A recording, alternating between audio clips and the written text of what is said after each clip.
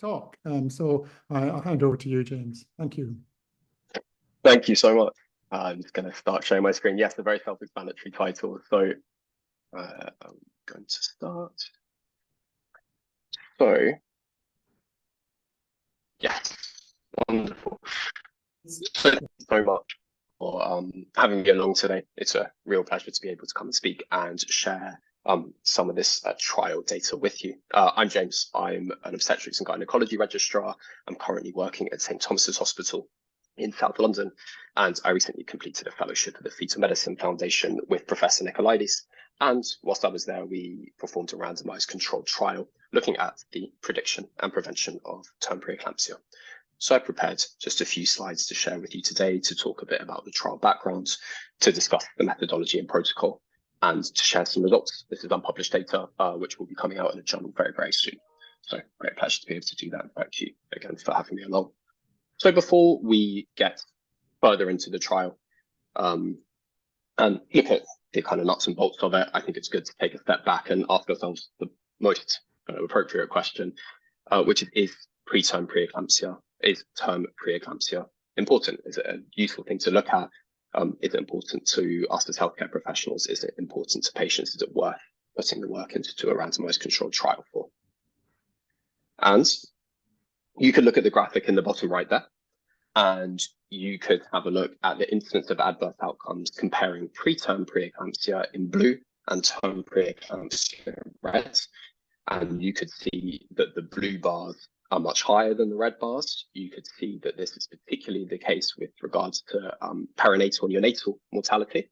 And you could probably make a sensible argument that no, term preeclampsia is not very important. And you could look at some of those figures and say that the risks associated with term preeclampsia are lower.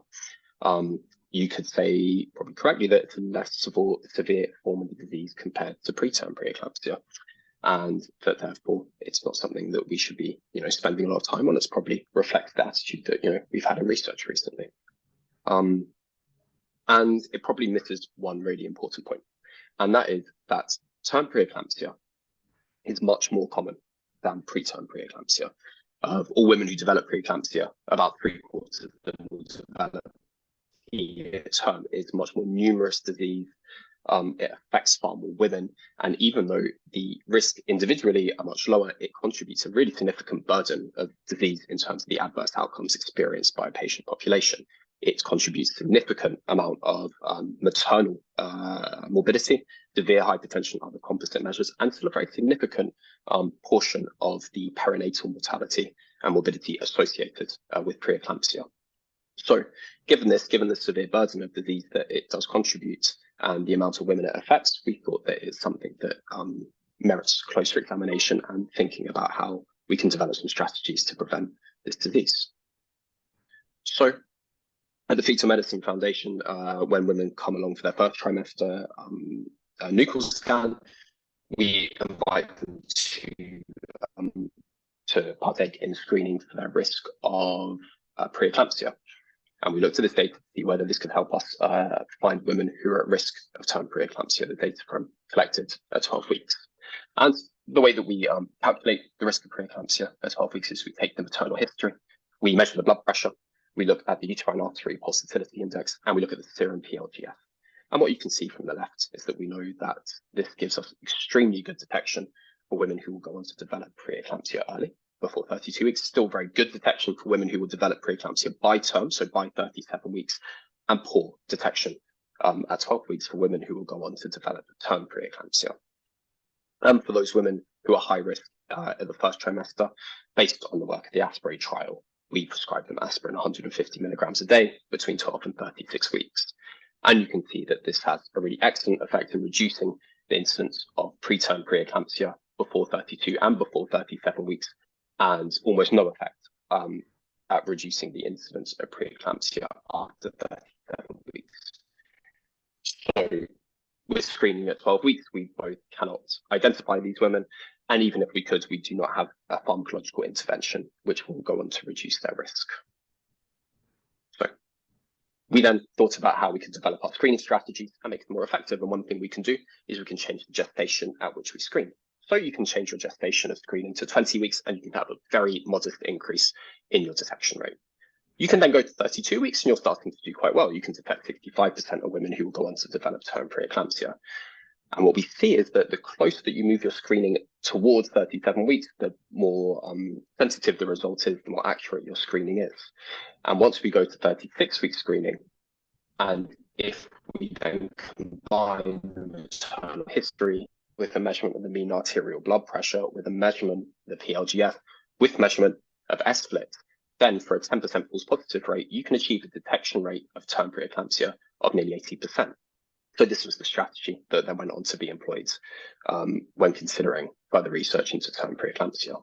So now we had an effective detection strategy when screened at 36 weeks. And approximately 3 years ago, this study, the statin trial, was carried out. And in this trial, nearly 30,000 women were screened for their risk of term preeclampsia at 35 to 36 weeks. About 3,500 women were found to be high risk of developing term PE, and nearly 1,100 agreed to be randomized into two groups. One received the placebo and one received 20 milligrams of pravastatin from the time of randomization to the point of delivery. Now you can see from the graphic on the right that this made no impact on the incidence of term preeclampsia. It was a negative trial. The pravastatin was possibly given a too small a dose, maybe too late in the pregnancy to affect the placental function and to reduce the incidence of term preeclampsia. However, it did demonstrate the effectiveness and the possibility of screening large numbers of women at 35 plus 0 to 36 plus 6, and that this could be a point where we can mount some kind of intervention once we have identified these women at high risk. But from a pharmacological perspective, it was not shown to be effective. So the next thing that sort of piqued our interest in terms of reducing the incidence of term preeclampsia was the data published by Professor Krogman from America, the ARRIVE trial, very well-known trial, where just over 6,000 low-risk nulliparous women were recruited and randomized into two groups, one group received expected management, and just over 3,000 women were induced at 39 weeks. And this trial showed that there was, in a group where there was induction at 39 weeks, no increase in the risk of neonatal complications, a decrease in the risk in the rate of cesarean section delivery. And interestingly, from our point of view, there was a significant decrease in the incidence of hypertensive disorders of pregnancy.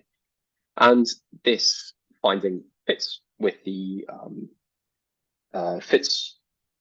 idea behind the competing risk model from the Fetal Medicine Foundation, which posits that all women will go on at some point in the pregnancy, were the pregnancy to last long enough, to develop preeclampsia. Most women will deliver spontaneously before they become close to developing preeclampsia. And what delivering women at 39 weeks does is it removes those women who would have gone on to develop preeclampsia at 40, 41, 42 weeks and delivers them before they go on to develop the disease. And that accounts for this reduction which we saw in this trial. So we thought about this approach of time induction, and we thought about the approach that we had shown screening at 36 weeks, and decided to combine those in a more nuanced way to develop the protocol that forms the backbone of this trial. So what we proposed and what we eventually went out and did is we recruited women from May 2023 to June 2024 over two sites, King's College Hospital in South East London, and at Medway Maritime Hospital, which is in Gillingham in Kent, South East of England. And in both of these centres, women come for a routine third trimester growth scan at 35 plus 0 to 36 plus 6 weeks. All of our patients are invited to that. And at this growth scan, they were recruited to partake in this trial. And for those who accepted, they were randomized in a 1-to-1 ratio with the control group having no change to their delivery strategy and following local protocols. This intervention group, the screening arm, we took bloods, we measured their blood pressure, we looked at their maternal history, combined it with a PLGF, FLIT, mean arterial pressure readings, and we calculated for them their risk of preeclampsia.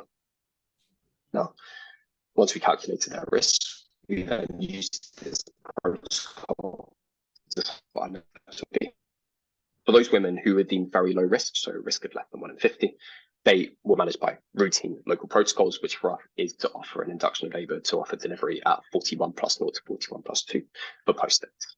For those women who had a low risk, or maybe better term, a medium risk, 1 in 21 to 1 in 50, we offered delivery either by induction of labour or by C-section at 40 weeks. For those who are increasing in intermediate risk, we offered delivery at 39 weeks.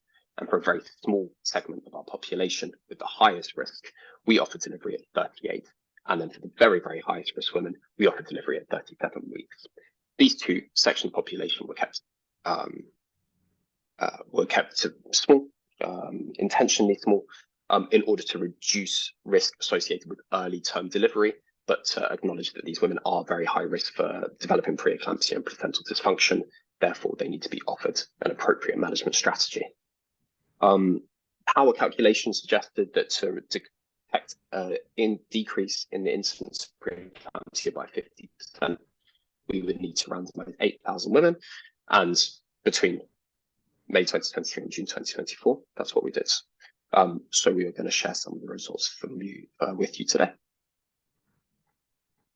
So these are table 1. This is the population characteristics in both groups. They're very broadly comparable. I think one interesting thing to look at is both of the study sites which we performed the study in are very diverse, both ethnically and socioeconomically, and that's reflected in these demographic details.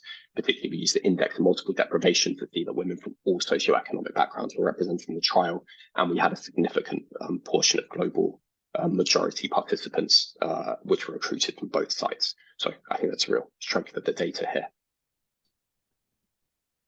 And this is just a table which summarizes the differences between the characteristics which we use to determine the risk of preeclampsia. And as you can see there, broadly very comparable. No significant differences between the two groups. And this is the flow sheet consort diagram for our study. We offered the trial to nearly 11,000 women, and a quarter of them declined, which means that 3/4 said yes, and uptake for this trial was very consistently high across both sites, across the whole of the trial period. We had a very good response from our patient group. That's something we were really, really pleased about. As with any pragmatic real-world trial, there were a very, very small number of mistakes in randomization, some data loss to follow up, and some withdrawals as well. But ultimately, we're left with over 4,000 women in both arms, which then went into the analysis. Now, our primary outcome, our primary endpoint was delivery with preeclampsia as defined by the International Society for the Study of Hypertension and Pregnancy 2021. And with that main outcome in mind, we saw a decrease of 30% in the incidence of preeclampsia between the control group and women who were screened, and with the high-risk women delivered between 37 and 40 weeks. Our main secondary outcomes were emergency C-section and neonatal emission for over 48 consecutive hours. And you can see that for both of those, there was no statistically significant difference between the two groups. So I was quite happy. I think most people who were involved in the project were quite happy with this result. It was really, really, really encouraging to see that we've managed to reduce the rate of preeclampsia without affecting the emergency C-section or rate or neonatal complications. Prof. Nicolaides, being who he is, was a little bit less impressed. He had wanted a 50% reduction.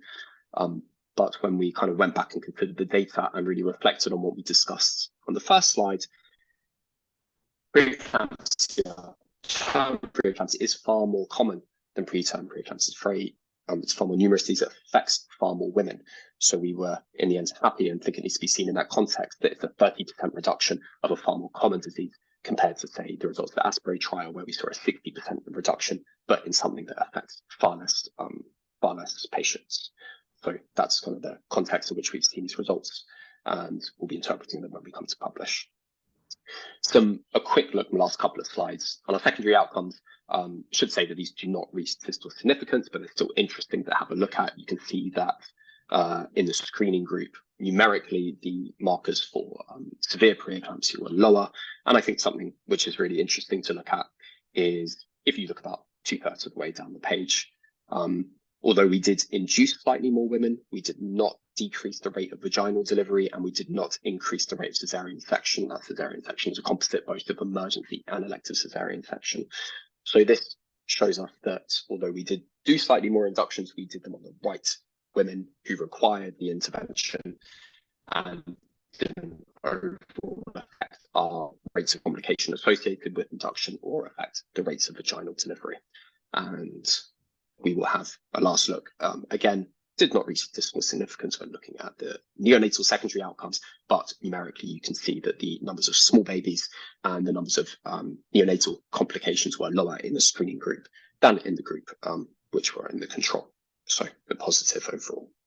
And that's the last thing that I wanted to share with you today. It's been my 15 minutes. Thank you so much for taking the time to listen. I will say a very quick thank you, specific to many people to list, but Dr. Argyro Singalaki, Professor Kypros Nicolaides, Professor Laura McGee, and Professor Peter von Dasselden have been fantastic in supporting this project. And of course, it's a huge team effort. So all of the team at King's and Medway Hospitals, and mainly the 8,100 patients who agreed to be part of this trial. I cannot show enough appreciation for that group. And my email's there if you wanted to ask any questions after we're done with the talk. Thank you so much.